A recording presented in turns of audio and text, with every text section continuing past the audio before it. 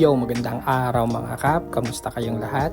Para sa video na to, tayo naman ay cornrows vlog. Bale, lahat ng clients na papakita ko sa inyo ay from December pa rin. So, hindi pa rin talaga sila nauubos. Marami pa tayong hindi napapakita. So, umpisahan natin dito sa first client natin sa video na to. At yun, nakalimutan ko na rin yung pangalan ni Sir. Pero second time na niya magpapabreed sa atin. Sa pagkakaalam ko, itong si Sir ay from Batangas City. Pero may bahay sila dito mismo sa atin sa Pusil. So, anytime talaga pwede siyang magpabreed sa akin. At yun nga yung nangyari kasi usually naman gabi bakante na ako.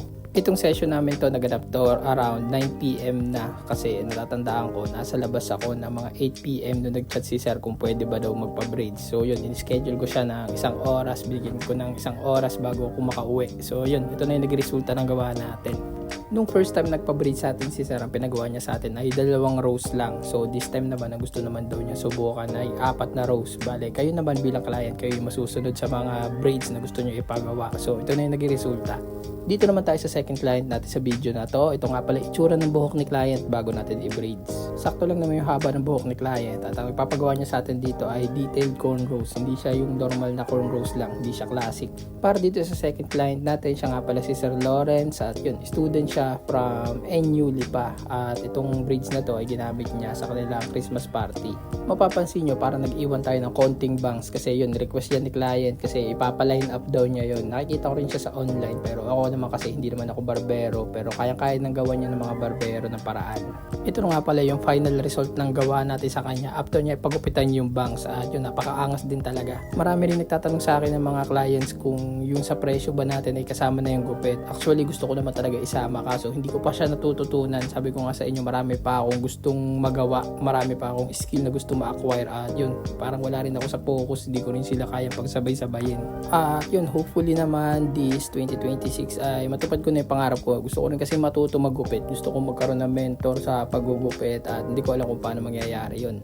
So okay, dito naman tayo sa third client natin sa video na to. Para dito naman sa third client natin, ang gawa natin ay full head cornrows. At yung kliyente natin ay si Sir Aldrin from San Lucas. Or hindi ko sure kung sa San Lucas nga siya nakatira, pero ang alam ko nagtatrabaho siya sa Lima. At again, ito i-December client, usually talaga ginagamit nila to sa kanilang Christmas party. Itong gawa natin kay Sir Aldrin ay isa sa mga paborito ko talaga kasi dito ko nasubok talaga yung sarili ko na parang may mga ginawa kasi ako dito na hindi ko ginagawa sa ibang client. Sinubukan lang natin at yun, napalitaw talaga natin yung mga linya ng mga rows na ginagawa natin. Although umattend na tayo ng mga trainings and seminars, ay hindi rin naman lahat ay itinuturo ng mga artist doon. Kumbaga, hindi lahat ng bagay ay i-spoon feed talaga sa'yo. Kailangan mo rin mag-aaral sa sarili mo. Ako nga bilang artist, nag-explore din ako kasi hindi rin lahat ng bagay ay matututunan mo sa internet. Kumbaga, yung ibang bagay, ibang tips, yung ibang techniques ay na-achieve by experience. So yun,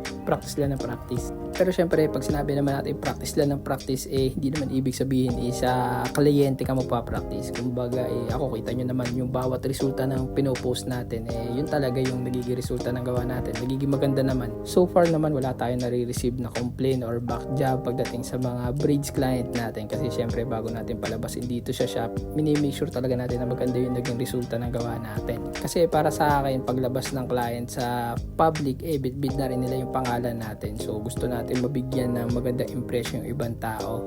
Okay, so dito naman sa last client natin sa video na to, ang gawa naman natin ay top head classic cornrows. Itong client natin ay second time client na natin. Ito nga pala itsura ng buhok niya bago natin i-braids. Nakalimutan ko na yung pangalan ni Sir, siguro Erwin yata o Jerwin, ganun. So ako kasi medyo hindi ako matandain lalo sa pangalan. Yung ibang client ko nga hindi ko na rin halos naaalala. Nung dati kasi, nung dreadlocks pa lang yung service na ina-offer natin, yun, bawat client tanda ko talaga kasi tumatatak sadya. Pero ngayon kasi, nung natuto tayo mag-braids, halos doble na yung dami ng naging clients natin. Mas marami nga halos tong mga clients ko sa braids. Yung iba, pag nakikita ako sa public, binabati nila ako. So ako bumabati na lang din. Tapos magtatanong sila, Sir, tanda mo pa ako, binraids mo ako dati. So ako, hindi ko naman talaga sila naaalala. So honestly, sinasagot ko na, boss, hindi ko na maalala. Pero yun, salamat sa suporta. So ito na yung resulta ng gawa natin sa last client natin. Thank you so much sa mga clients na sumusuporta sa atin. At salamat sa panonood. Ang shop ko po ay located lang sa Lipa City, Batangas. Open tayo for home service kahit saan. Gumagawa po ako ng dreadlocks, afro curl, braids and cornrows. Tayo po sa Facebook, YouTube and TikTok, The Dreadlocks Factory.